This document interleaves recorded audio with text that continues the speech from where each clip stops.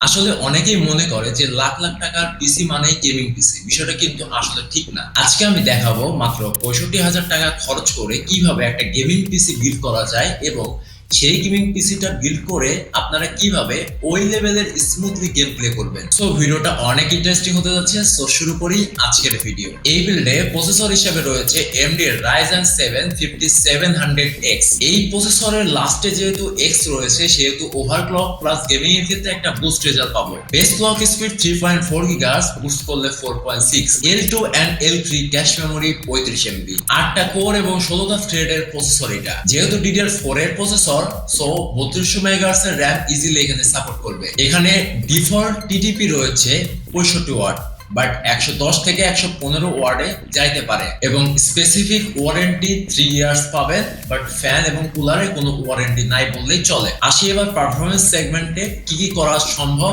এই প্রসেসরটা দিয়ে। এখন আমরা যদি এই প্রসেসর দিয়ে GTX 6 খেলারও ট্রাই করি তাও আমাদের কোনো প্রবলেম ফেস করতে হবে না, কারণ এই প্রসেসরের যেমন স্পিড তেমন পারফরমেন্স। এটার প্রাইস বলতে গেলে 19,500 টাকা as a price, best value for money. Motherboard সেগমেন্টে আমরা B450 অথবা A সিরিজের বোর্ডগুলো নিতে পারতাম, বাট একটু আপডেট মডেল চাচ্ছি, যে কারণে আজকের এই বিল্ডে গিগাবাইটের B550 এর বোর্ডটা ইউজ করবো আমরা। আর অবশ্যই এটা অরাস সিরিজের বোর্ড। এই মাদারবোর্ডে সবচেয়ে মজার বিষয় হচ্ছে এখানে আপনি যত জিবি র্যাম ইউজ করেন না কেন, শেয়ার মেমোরি থাকবে 16 জিবি। পাশাপাশি DDR4 এ 4টা র্যাম ইউজ করতে পারবেন, সর্বোচ্চ সাপোর্টেড 4600 মেগাহার্টজ, এবং ডিসপ্লে সেকশনেও কোনো সমস্যা হওয়ার চান্স নাই, কারণ এইখানে ডিসাব এবং HDMI পোর্ট রয়েছে। দুঃখের বিষয়ে ডিসপ্লে পোর্ট নাই, তবে এখানে যেহেতু গ্রাফিক্স কার্ড ইউজ হচ্ছে সমস্যা হওয়ার কথা না। USB 3.2 আমরা 6টা পোর্ট পাচ্ছি, এছাড়াও USB 2.0 পোর্ট রয়েছে 8টা। সো এত পোর্ট থাকা সত্ত্বেও আমাদের গেমিং এ কোনো টেনশন হওয়ার চান্স নাই। যাই হোক, এই সব বিষয়গুলো ফুল রিভিউতে বলা ঠিক আছে, বাট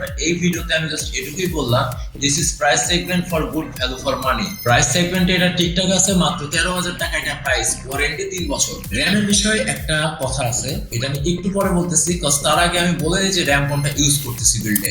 Xoc Frost 8GB করে দুইটা স্টিক, 16GB 3200 মেগাহার্টজ এর র‍্যাম। 3200 মেগাহার্টজ মানে 8GB 3200 মেগাহার্টজ এবং আরেকটা 8GB 3200 মেগাহার্টজ। সবথেকে বড় কথা, এই র‍্যামটার A8GB লাইটিং সিস্টেম রয়েছে এবং সফটওয়্যার কন্ট্রোল। সো আমাদের যদি মাদারবোর্ডের কন্ট্রোল প্যানেল দিয়ে সবকিছু সিস্টেম করে নিতে পারি, তাহলে যে মাদারবোর্ডে যে কালার জ্বলবে এখানেও সেম কালারই জ্বলাতে পারবেন, যদি আপনি চেয়ে থাকেন। তো এখন আসি যে সমস্যাটা কোথায়, যে আমরা তো পারতাম একটা সিঙ্গেল স্টিক নিতে, সেক্ষেত্রে বেটার রেজাল্ট পাওয়ার কথা ছিল, সেটা ইন্টেলের ক্ষেত্রে। বাট এমডির ক্ষেত্রে বলতে গেলে এমডির প্রসেসর যেহেতু ডুয়াল চ্যানেলের প্রসেসর হয়ে থাকে বেশিরভাগই, সো আমরা যদি দুইটা র্যাম ইউজ করি তাহলে এই পিসিটা দিয়ে আমরা একটা বেটার রেজাল্ট পাবো।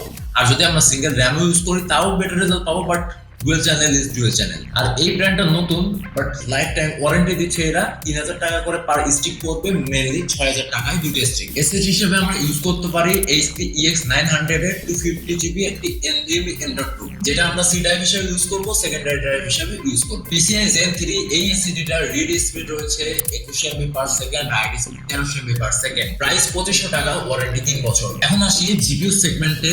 এই জিপিইউ সেগমেন্টে অনেকে অনেক কিছু সাজেস্ট করে এবং অনেকে অনেক কিছু নিয়ে আসে, বাট এই জিনিসটা করা একদমই ভুল। যদি আমাদের মেন টার্গেট হয়ে থাকে ক্রিয়েটিভিটি বা আমরা ক্রিয়েটিভ কাজ করব, এডিট করব, তাহলে অবশ্যই এনভিডিয়া। যদি আমরা গেমিং করি বা AMD প্রসেসর থাকে, মাস্ট বি ইউজ প্যালাডিন অথবা RX এই টাইপের। প্যালাডিন RX 5500XT 8GB GDDR6 এর ব্ল্যাক ভেরিয়েন্টের এই কার্ডটা ইউজ করছি। আর এই কার্ডটা মূলত ব্ল্যাক এবং হোয়াইট ভেরিয়েন্টে পাওয়া যায়। যদি আমরা ব্ল্যাকটা নেই তাহলে আমরা মোট 4টা আউটপুট দিতে পারতেছি ডিসপ্লে দিক থেকে, আর হোয়াইট ভেরিয়েন্ট নিলে পরে দুইটা, একটা HDMI একটা ডিসপ্লে। বাট এখানে একটা HDMI বাট ডিসপ্লে 3টা। PCI Express 4.0 এটা। Recommended power supply 550 watt, and এটার যে কানেক্টর সেটা 8 পিন। মাস্ট বি অবশ্যই খেয়াল রাখতে হবে পাওয়ার সাপ্লাই যেন 8 পিনের কানেক্টর থাকে। আর এইটা মাল্টি কানেক্টর হিসাবেও কাজ করে ডিসপ্লের দিক থেকে। সো আমরা এইখানেও একটা বেটার বেনিফিট পাবো। বাট সমস্যা একটাই, ওয়ারেন্টি বেশিরভাগ ক্ষেত্রে দেখা যায় 3 বছর, খুব ভালো হলে 5 বছর দেয়, বাট এটা 2 বছরের ওয়ারেন্টি রয়েছে। প্রাইস হিসাবে আমার মনে হয় ঠিকঠাক আছে, 18,000 টাকা। পাওয়ার সাপ্লাই হিসাবে ইউজ করতে পারি হানকির CP5000 এর একটা পাওয়ার সাপ্লাই, এবং এটা 500 ওয়াট হাই এফিসিয়েন্সি সিস্টেম রয়েছে। লোডশেডিং এর একটা ব্যাপার থাকে, আদার্স যেসব মানে প্রবলেম থাকে এগুলো এখানে ফিক্স করা আছে বলতে পারেন। স্পেশাল ফিচারের দিক থেকে কিছু নাই, বাট সমস্যা হচ্ছে একটাই, এই পাওয়ার সাপ্লাইয়ে এটার কোনো ওয়ারেন্টি নাই।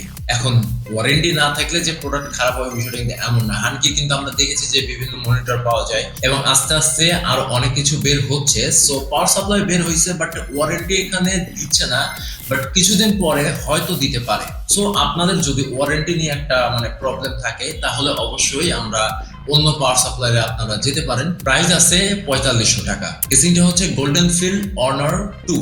এই কেসিং এর মধ্যে বিশেষ বা স্পেশাল একটা ফিচার হচ্ছে 5টা প্রি-ইনস্টল ARGB ফ্যান আছে। প্রাইসও কম, মাত্র 3200 টাকা। এটা ব্ল্যাক এবং হোয়াইট ভেরিয়েন্টে পাওয়া যায়, বাট ইউজ করবো হোয়াইটটা, কারণ হোয়াইটটা দেখতে এক্সট্রা প্রিমিয়াম লাগে। এই কেসিং এর মধ্যে রয়েছে ATX মাদারবোর্ড সাপোর্ট। এই ছিল আজকের বিল। মাত্র 65,000 টাকার মধ্যে একটা 1 লাখ টাকার একটা গেমিং সেটআপের মতো বিল করে দেখালাম। বেঞ্চমার্ক দেখাতে পারলাম না, কারণ এই বিলটা শুধুমাত্র সাজেস্ট বিল। আমরা এটার কোনো বিল করি নাই, বাট আপনাদের একটা সাজেস্ট করলাম যে মাত্র 65,000 টাকায় কিভাবে 1 লাখ টাকার মতো একটা গেমিং সেটআপের মতো ফিল পাওয়া যায়। দেখা হচ্ছে নেক্সট ভিডিওতে। ততক্ষণ take care and good bye.